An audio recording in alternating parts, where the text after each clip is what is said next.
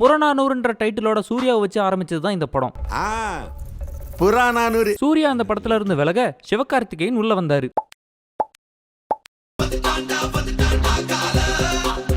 சிவகார்த்திகேயன் உள்ள வந்ததுக்கு அப்புறம் படத்தோட பெரிய பராசக்தின்னு மாத்தினாங்க. அதே சமயத்துல தான் நம்ம விஜய் ஆண்டனி சத்ய திருமுகனுக்கும் பராசக்தி அப்படின்னு டைட்டில் வச்சிருந்தாரு. அதை பிடிங்கிட்டு போய் இவங்க பராசக்தின்னு டைட்டில் வச்சு ரிலீஸ் பண்ணிட்டாங்க.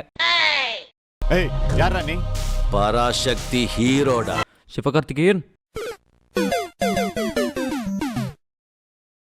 வீடியோவை ஆரம்பிக்கிறதுக்கு முன்னாடி நான் ஒரு விஷயம் முக்கியமா சொல்லிக்கிறேன். இந்த படத்தை நாம தான் ஏதோ பேஸ்ட் ஆன் ட்ரூ ஈவெண்ட் அப்படின்னு சொல்லி நினைச்சிட்டு இருக்கிறோம். ஆனா இந்த படத்தை எடுத்தவங்க எந்த இடத்துலயுமே அதை மென்ஷன் பண்ணல. சரி, விக்கிபீடியாலாம் மென்ஷன் பண்ணிட்டு இருக்க மாட்டாங்க, எப்படியும் படத்துல மென்ஷன் பண்ணிருப்பாங்கன்னு பார்த்தா இந்த படத்துல நடக்கிற ஏதாவது ஒரு சம்பவம் உண்மை சம்பவத்தோட ஒத்து போகுமே ஆனால் அது தற்செயல் மட்டுமே போட்டிருக்காங்க. இந்த படத்தை எடுத்தவங்க இந்த விஷயத்த ரொம்ப கிளவரா ஹேண்டில் பண்ணிருக்காங்க. நம்ம எஸ்கே அக்கா ஒரு உண்மை சம்பவத்தை சுட்டு ஒரு படமா எடுக்கணும், ஆனா அது உண்மை சம்பவத்தோட ஒத்து போனுச்சுன்னா அது தற்செயல். எனக்கு இப்போ இதில் இன்னொரு டவுட் ஒன்று அடிக்குது, அதை நான் கடைசியாக கேட்குறேன். இப்போ நம்ம படம் எப்படி இருக்குன்னு முதல்ல பார்ப்போம்.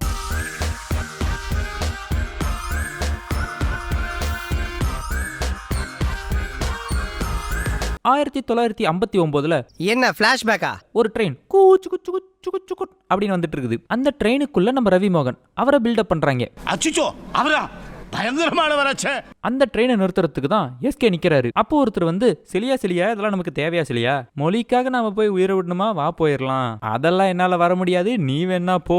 எனக்கு இந்த படத்துல யாரு மேல பயங்கர கோவம்னா இந்த தாத்தா மேலதான். இந்த தாத்தா எட்டி பார்க்காம அப்படியே ட்ரெயினை விட்டு அடிச்சு தூக்கி இருந்தாருன்னா படம் அங்கேயே முடிஞ்சிருக்கும். நானே வயசானவன், இருட்டில் நின்றுட்டு இருந்தான், கண்ணு தெரியல, வேலை முடிஞ்சிச்சு, ட்ரெயினை நிறுத்துறாங்க, எல்லாம் பரபரப்பா ஓடுறாங்க. ஆனா நம்ம ஹீரோ வாக்கிங் போட்டுட்டு இருக்காரு.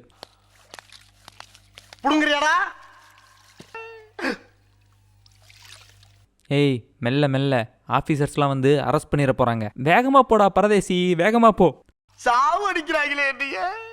நாங்க ஹிந்தி திணிப்புக்கு தான் எதிரானவங்க, ஹிந்திக்கோ ஹிந்திக்காரங்களுக்கோ இல்ல. பேசியாச்சா? அந்த பிள்ளைக்கு தமிழ் தெரியாது. இதுல நம்ம எஸ்கேக்கும் ரவி மோகனுக்கும் ஃபைட் வேற. அதுக்கப்புறம் இந்த படத்துல நிறைய வசனங்கள்லாம் வரும். இங்கிலீஷ் படிச்சாலாவது உலகம் பூரா போய் பேசலாம் பிரின்சிபல் சார். ஹிந்தி திணிப்புக்கு எதிரா ஒரு வசனம் கூட இவங்க புதுசா எழுதல. ஆல்ரெடி நம்ம கேட்ட வசனங்களே தான். அப்படியே தீ பரவற மாதிரி ஒரு வசனம் கூட இல்ல. இந்த வசனம் தாண்டா நான் இந்த படத்துல கேட்டதுலயே அப்படி இருந்துச்சு அப்படின்னு ஏதாவது ஒரு வசனம் சொல்லுங்க பார்க்கலாம். இதுக்கு வேற வழக்கம் கேக்குறானீங்க. நல்லா பாட்டு பாடி ஆட்டமெல்லாம் ஆடி முடிச்சதுக்கு அப்புறம் கோவிந்தன் ஒருத்தர் செத்து போயிடுறாரு. அவர் இறந்து போயிட்டதுனால இனிமே ஒரு உயிர் பலி கூட நடக்க கூடாதுன்னு புறநானூறு படையவே கலைச்சு விட்டுறாரு. மொழிக்காக உயிரை விடணுமாடா? அப்ப காலம் பூரா அவையில் பழைக்க சொல்றியா? மணி ஆர்டர் இல்ல, போராட்டம் இல்ல, எதுவுமே இல்ல, இனிமே புறநானூறு படையே இல்ல. நம்ம ரவிமோகனுக்கு ஒரு ஃபிளாஷ்பேக் வச்சிருந்தாங்க, அது நல்லா இருந்துச்சு. அந்த கதையை கேட்டதுக்கு அப்புறம் ரவிமோகன் பார்த்தா ஹீரோ மாதிரி தெரியுது. இது எனக்கு மட்டும் தான் அப்படி தெரியுதான்னு எனக்கு தெரியல. ரவிமோகன் சார் வில்லன் கேரக்டர் தெறிக்க விட்டாரு, செமையா பண்ணிருக்காரு, அவரை பார்த்தாலே பயமா இருக்குன்னாங்க. ஆனா எனக்கு அவர் பார்த்தா ஹீரோ கேரக்டர் மாதிரி இல்லப்பா தெரியுது.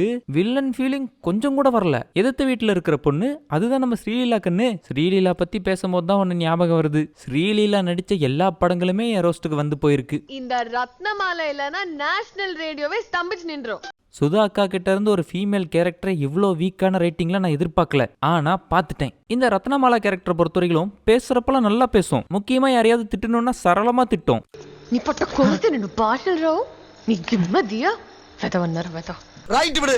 இந்த கிளி கிளிக்கிறாளே எந்த ஒரு காரியா இருப்பா. ஆனா மைக்கில் பேச சொன்னா திக்குவாயிடும். இப்படி ஒரு கேரக்டர் இருக்கு அப்படின்னாலே எப்படியும் இந்த கேரக்டர் கடைசியில மைக்கில் நல்லா பேசும் அப்படிங்கிறது தெரியும் நமக்கு. ஒரு 5 தடவை டர்ன் பண்ணுங்களே. இப்ப நம்ம எஸ்கேவோட பாட்டி மணி ஆர்டர் அனுப்புறதுக்கு மெயில் சர்வீஸ் போயிருப்பாங்க. அங்க எல்லாமே ஹிந்தில இருக்குதுன்னு சொல்லி பிரச்சனை பண்ணுவாங்க. இந்த காட்சியை காட்டுறப்பயே கீழே சித்தரிக்கப்பட்டவைன்னு போட்டிருக்காங்க. படத்தோட ஸ்டார்டிங் டிஸ்க்ளைமர்லயே இந்த படம் முழுக்க சித்தரிக்கப்பட்டவைன்னு தான் சொல்லியிருந்தாங்க. இப்ப இந்த சீனுக்கு மட்டும் சித்தரிக்கப்பட்டவைன்னு போடுறாங்கன்னா படம் முழுக்க உண்மை கதையா? ஒரு உண்மை கதைன்னு சொல்லி எடுக்க முடியாத அளவுக்கு ஒரு சூழ்நிலையில இருக்கிறாங்க பாவம். இந்த படத்திலேயே நம்ம அதர்வா கேரக்டர் தான் ரொம்ப நல்லா டிசைன் பண்ண ஒரு கேரக்டர். என்ன பொறுத்த வரைக்கும் நம்ம அதர்வா கேரக்டர் மட்டும்தான் அவரோட கொள்கையில குறியா இருப்பாரு. நம்ம எஸ்கேக்கும் அதர்வாக்கும் ஒரு சேஸ் நடக்கும். அப்ப நம்ம அதர்வா மாடியில இருந்து குதிப்பாரு. அடடே, அசாசின்ஸ் கிரீட் ரெஃபரன்ஸ் அங்க குத்தேரி கொட்டி வச்சிருக்காங்கன்னு இவருக்கு எப்படி தெரியும்? எஸ்கேக்கும் அதர்வாக்கும் இருக்கிற ஒரு பிரதர்ஸ் பாண்டிங்க காட்டியிருப்பாங்க. அது ரொம்பவே நல்லா இருந்துச்சு. இப்ப நம்ம எஸ்கேக்கு சென்ட்ரல்ல ஒரு வேலை கிடைச்சிருக்கு. அந்த வேலையில சேரணும் அப்படின்னா இவர் ஹிந்தி கத்துக்கணும். அது என்னமோ கரெக்ட் தான். நம்ம எந்த ஊருக்கு போறோமோ அந்த ஒரு மொழியை நம்ம கத்துக்கணும். அவரும் ஹிந்தி கத்துக்கிறதுக்காக ஸ்ரீலீலா கிட்ட போறாரு.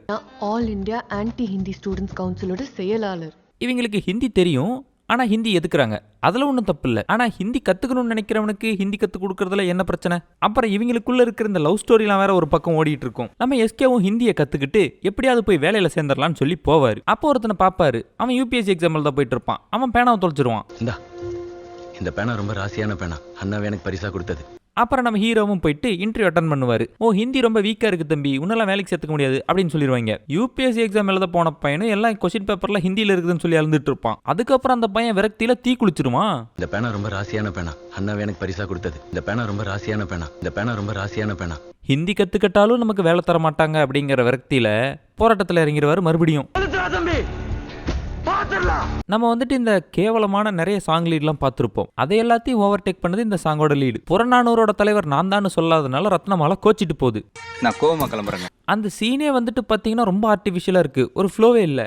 நான் யாரும் இல்ல, ரத்னமாலா. உடனே புறம்போக்கு. ரத்னமாலா, ரத்னமாலா, ஏய் நீ போய் அவகிட்ட தெலுங்குல பேசு, அப்பதான் சமாதானம் ஆவா அப்படின்னு தம்பி சொல்றான். அப்படியே போய் தெலுங்குல இந்த பாட்டை பாடுறாரு. 2 வரி தாங்க தெலுங்குல பாடுவாரு, அப்புறம் எல்லாம் தமிழ் தான். அதுக்கப்புறம் வந்துட்டு ஒரு போராட்டம் ஒன்று நடக்கும். அதுல ஹீரோவோட தம்பியை சுற்றுவாங்க, தட்டி அடி நடக்கும், போராட்டம் பண்றவங்க எல்லாம் அடிச்சு தள்ளுவாங்க. பின்னாடி பேக்ரவுண்ட் மியூசிக்லாம் நல்லா சென்டிமெண்டா வேற ஓடும். ஆனா பாக்குற நமக்கு தான் ஓ சுட்டுட்டாங்களா செத்துருவான் அப்ப அப்படின்னு ஒரு கனெக்டே இல்லாம நான் உட்காந்துட்டு இருந்தேன். அப்படியே போயிட்டு இருந்தா அப்புறம் இதுதான் இந்திரா காந்திங்கிறாங்க.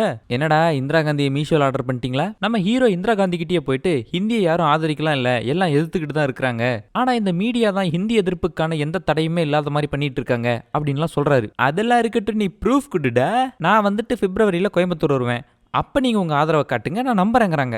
அதுக்கப்புறம் ஒரு ராணுவ படையை வந்து கிராமத்தையே கட்டுப்படுத்துவானுங்க, அடிப்பானுங்க. அவங்க எல்லாம் ஐயோ அம்மானு கதறுவாங்க. அதையெல்லாம் பாக்குறப்ப சரி நம்ம நடக்குதுரா, நடந்துட்டு போட்டோம், சீக்கிரம் படத்த முடிங்க அப்படின்னு தான் தோணுது. கடைசியா நம்ம ரவிமோகன் வேற உடம்பு ஃபுல்லா நெருப்பு எரிஞ்சிட்டு இருக்குது, அப்பயும் நின்று பேசிட்டு இருக்காரு. ஹலோ ரவிமோகன் சார், என்ன சார் இதெல்லாம்? அட பராசக்தி படத்துல எனக்கு எஸ்கேக்கும் ஒரு பெரிய சண்டை. அவன் என்ன பண்ணா திடீர்னு பத்த வச்சுட்டான். என்ன நல்ல வேலை பத்த வச்சான், தண்ணி கிண்ணி ஊத்தி இருந்தா என்ன ஆயிருப்பேன். எல்லா ஆதாரத்தை கொண்டு வந்து காட்டிட்டாங்க. இதுல இந்த ஸ்ரீலீலா வேற தனியா ரேடியோல உட்காந்து கத்திட்டு இருக்குது. ஒரு தமிழனா தமிழோட உரிமைக்காக போராடின இந்த படத்தை நம்ம ரசிச்சிருக்கணும், கொண்டாடி இருக்கணும். எதனால இந்த படத்தை நம்மளால கொண்டாட முடியல? மொதல் விஷயம் சிவகார்த்திகேயனோட கேரக்டர் ஆர்க். தமிழுக்காக போராடிட்டு இருந்த செலியன் கேரக்டர் தன்னோட நண்பை இறந்துட்டாங்கிற காரணத்துக்காக இனிமே புறநானூறு படையும் இல்லை, ஒரு புன்னகை படையும் இல்லைன்னு சொல்லி கொளுத்திட்டாரு. அதுக்கப்புறம் அவர் பாட்டுக்கு ஒரு வேலையை பார்த்துட்டு இருக்காரு. வேலையில ப்ரமோஷன் வேணும்னா ஹிந்தி கத்துக்கணுன்ற காரணத்துக்காக ஹிந்தி கத்துக்கிறாரு. நேரா போய் மதன்லால் திருவுலகிற பஜன்லால் தம்பி கீர்த்திலாலோட பொண்ணு பிங்கிலால உஷார் பண்ணி ஒரு வாரம் சோறு தண்ணி இல்லாம ராத்திரி பகல்னு தூங்க விடாம ஹிந்தி கத்துக்க போறேன்டா உடுக்கவாயா. நம்ம ஹிந்தியை கத்துக்கிட்டு நமக்கு வேலை தர மாட்டாங்கிறாங்க அப்படின்ற காரணத்தினால மறுபடியும் போராட்டத்துக்குள்ள இறங்குறாரு. இது வந்துட்டு ஒரு செல்ஃபிஷ் பிஹேவியர். இதுவே சப்போஸ் எஸ்கேக்கு அந்த இடத்துல வேலை கிடைச்சிருந்து அவர் அப்படியே சந்தோஷமா வந்துட்டு இருக்கிறப்ப இந்த பையன் எல்லாம் ஹிந்தியில இருக்குதுன்னு கதறி அழுவுறான், தற்கொலை பண்ணிக்கிறான். அந்த சமயத்துல அவர் மறுபடியும் போராட்டத்துல இறங்கலான்ற முடிவுக்கு வந்திருந்தாருன்னா இந்த செல்ஃபிஷ் பிஹேவியர் அப்படிங்கறத நம்மளால மறைச்சிருக்க முடியும். உனக்கு இவ்வளவு பெரிய மனசுடா? மனசு கிடையாது, மண்ணாங்கட்டி கிடையாது. அப்பதான் இவன் வந்துட்டு மக்களுக்காக போராடுறான் அப்படிங்கிற எண்ணமே நமக்கு வந்திருக்கும். எனக்கு எழும்புற கேள்வியே இதுதான், இது ஒரு உண்மை சம்பவமா இல்ல இது ஒரு உண்மை சம்பவம் இல்ல அப்படின்னா எதனால அந்த போர்வைக்குள்ள நீங்க ஒளிய பாக்குறீங்க?